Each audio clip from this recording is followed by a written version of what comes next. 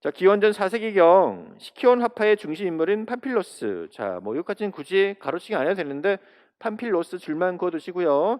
자, 기원전 4세기 어마어마하게 오래됐어요. 이때 팜필로스라는 화가에 의해서 나파법이 발명이 되었습니다. 처음에는 주로 건축 채색에 쓰였으나 결국 회화의 한 기법으로 널리 이용되었다. 앵커스틱은 기독교 시대 초기 수백 년 동안 가장 흔하게 쓰여지는 기법이었으나 줄 그으세요. 초기 기독교 미술에서 수백 년 동안, 즉 수세기 동안 가장 흔하게 쓰여진 기법이었으나 이후 8, 9세기에는 쓰이지 않게 되었다. 8, 9세기면은 이제 여러분들이 이제 보통 비잔틴의 한 중반기라고 보시면 됩니다. 그죠?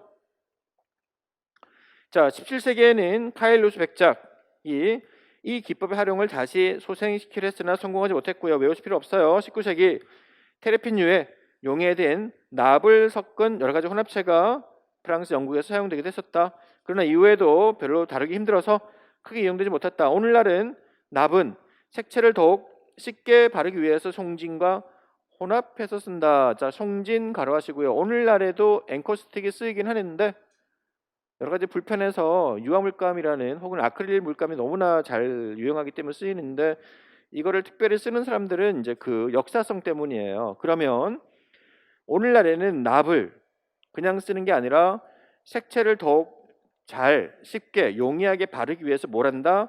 바로 송진과 혼합한다에 송진을 가로하시면 돼요.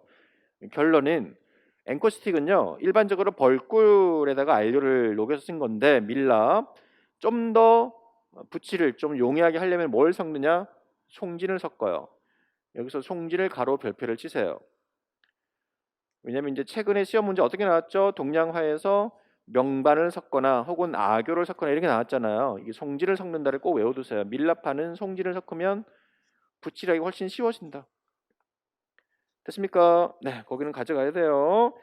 넘어가시고요. 자, 뭐 고단 페이지 68페이지에 뭐 지금 볼 건 아닙니다만 우리 서양 미술사 용어로서 거기 내진 나올 때 에프스와 실락 나오잖아요. 이런 그 도판이 나올 텐데 이 에프스가 시험에 나왔잖아요. 그죠? 기출 나온 부분이잖아요. 요거는 뭐 지금 보진 않을 거예요. 표현 파트가 아니니까 나중에는 볼 겁니다. 자, 그다음 페이지에 역시 미술사 문제니까 넘어갈게요. 자, 넘어가시고 어디로 가시느냐? 자, 71페이지 녹각법. 자, 줄면 그을까요? 녹각법 누각산수 누금세공까지 줄 그으세요. 71페이지 녹각법 누각산수 누금세공 이 중에서 누금세공은 이제 시험에 나왔죠. 자, 뭐 녹각법은 중요하지 않고요. 우리 다 알고 있는 기본 내용이니까 한번 읽어볼게요. 사슴뿔 같은 가지를 가진 낙엽 광엽수를 그리는 방법이다. 주로 숲을 그죠? 가을 숲용이고요. 가을 숲 줄 그으세요. 녹각화법은요.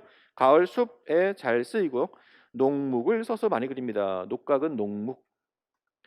봄 경치에는 옅은 녹색의 작은 점을 찍어 나타내고요. 늦가을 숲은 붉은색의 작은 점을 찍어서 붉은 잎사귀를 나타낸다.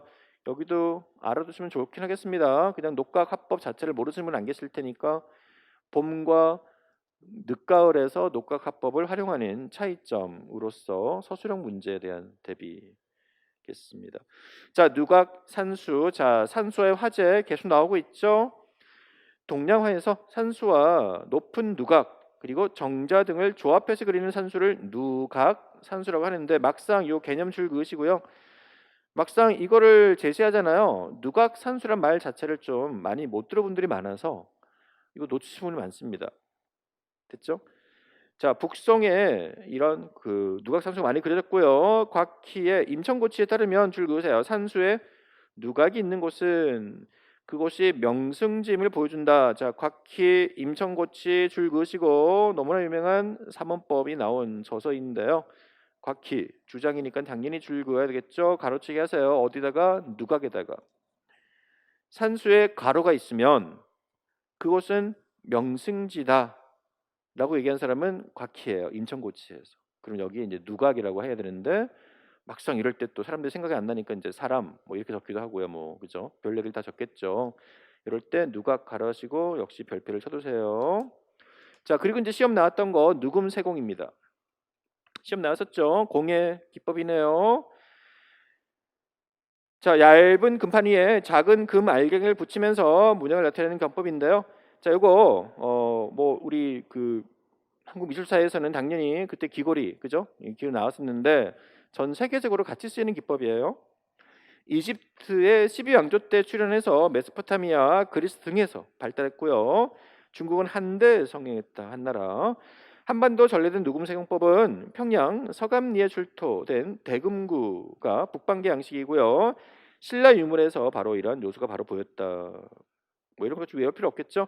자, 금 알갱이를 만드는 방법은 얇은 금판을 잘라서 가열, 줄 그으세요. 요거는 이제 누금세공이라는 게 나왔기 때문에 이미 3년이 지났죠. 그렇다면 이제는 서술형에 대한 제작 방법을 묻는 문제가 나올 수 있어요. 어떻게 한다? 외워두세요. 통째 서술형입니다. 금 알갱이를 어떻게 만들어?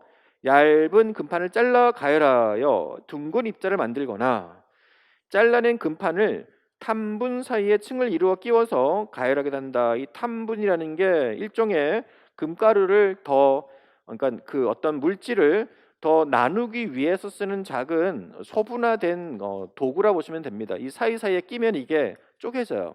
탐분 사이에 끼면. 탐분 사이에 층을 이루어 끼워서 가열하기도 하고요.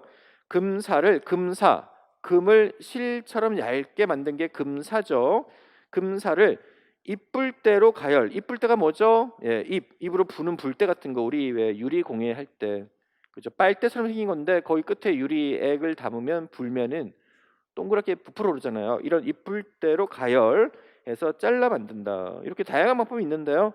어쨌든 대체로 얇은 금판을 잘라 가열해서 둥근 입자를 만드는 게 제일 많이 쓰입니다.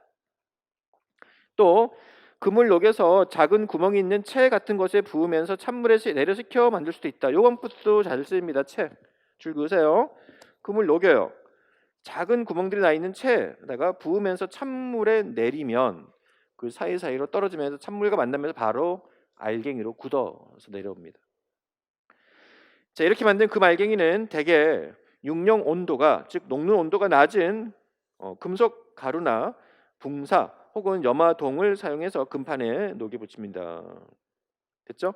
한반도의 누금세공법 중 최고 가장 오래된 것은 평양의 서감리 구호 낭랑고분에 출토된 금제금고고요.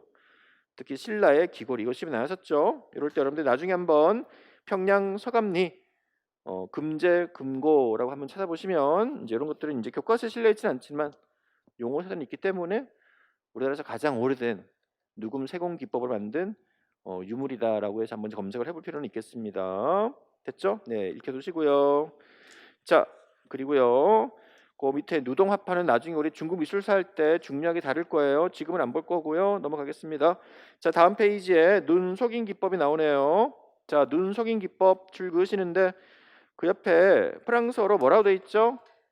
자, 프랑스어로 돼 있는 그 부분을 다시 한글로 적으세요. 뭡니까? 트롱프레유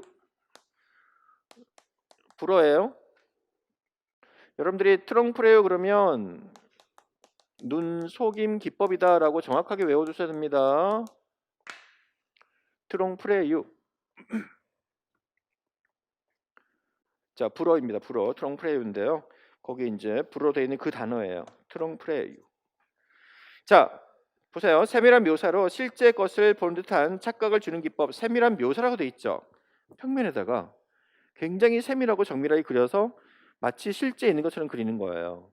똑같이 잘 그린 거라고 생각하시면 되는데 이거 조심해야 되는 게 이거를 일루전 적으시면 안 됩니다. 눈송이 기법 할 때는 일루전 적지 마시고 트롱프레유라고 적으셔야 돼요.